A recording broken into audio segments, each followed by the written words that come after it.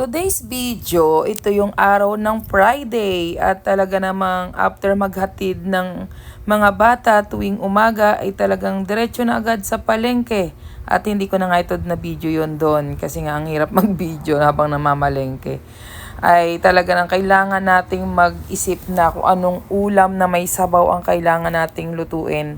At dahil nga Friday and gusto rin naman ng mga bata ang munggo, ay munggo naman ang lulutuin natin dito. At talaga namang ako naman ay mabilisan ang nagluto dito at nagpapakulo na rin ako dyan ng munggo. Bago ako umalis ng bahay ng umaga, paghatid ko sa mga bata, ay nagpapakulo na ako ng munggo. And then, pagdating ko, ayan, kulong-kulo na at ako na may nag-atupag ng mga baka kailanganin ko. Bawang sibuyas, ayan. Tapos dahil nga nung nakaraan ay meron akong pork chop at lahat ay pinalambot ko na, yung iba ay ginupit-gupit ko na dyan para yun ang luhok ko sa munggo, o diba? Pero hindi ko pa nilahat kasi pwede ko pang gamitin yun sa iba kasi ang dami naman. Kaya ayan, dahil kumukulo na yung munggo ko sa kabilang kaldero, dito naman sa isa ay magsasangkot siya naman ako ng bawang, sibuyas, paminta, at may kamatis. Ganon yung ginagawa ko. Tapos nilagyan ko ng kaunting tubig para, para hindi magdadry yung aking doong sinasangkot siya. And then, after nyan, lalagyan ko pa ulit ng hot water at isasalin ko na dun sa kumukulong munggo. Diba? Ganon ako magluto para mabilis at hindi pa isa-isa.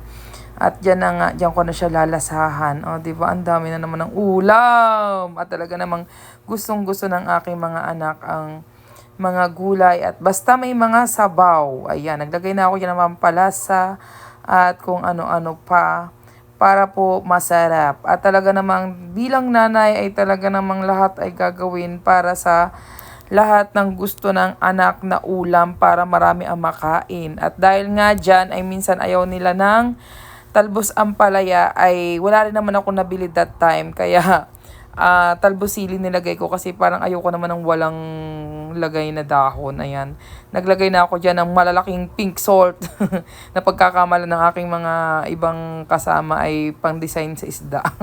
Ayan. Tapos nilagyan ko rin ng sotanghon at gawa nga ng para naman meron naman tayong pansit-pansit dyan. Diba?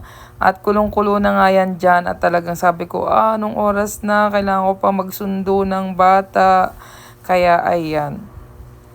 Talagang dali-dali na ako dyan. Tinikman ko na, wow.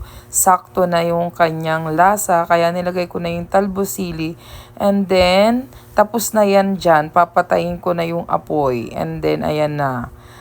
Tapos na. At talaga namang ang sarap ng munggo.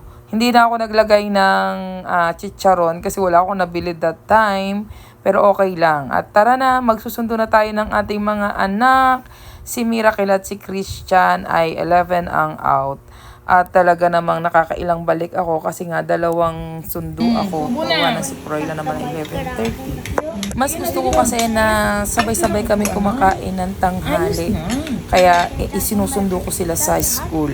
At ihahatid ko na lang ulit before 1. Naman yung nasa kamay mo, anak, aba. Lagay sa gitna yung kanin. Mami, ano naman? Sino naglagay niyan? Dami! Ikaw na nag-ipit niyan. Grabe, dami niyan Parang headband. Kala ko headband. Ano, masarap ba yung munggo? Walang ano. Hindi ko na nilagyan ng yan talbos talbos ng, ano ba yun? Daon ng ampalaya. Kaya yan, dali Mami, ba't hindi po kayo sumama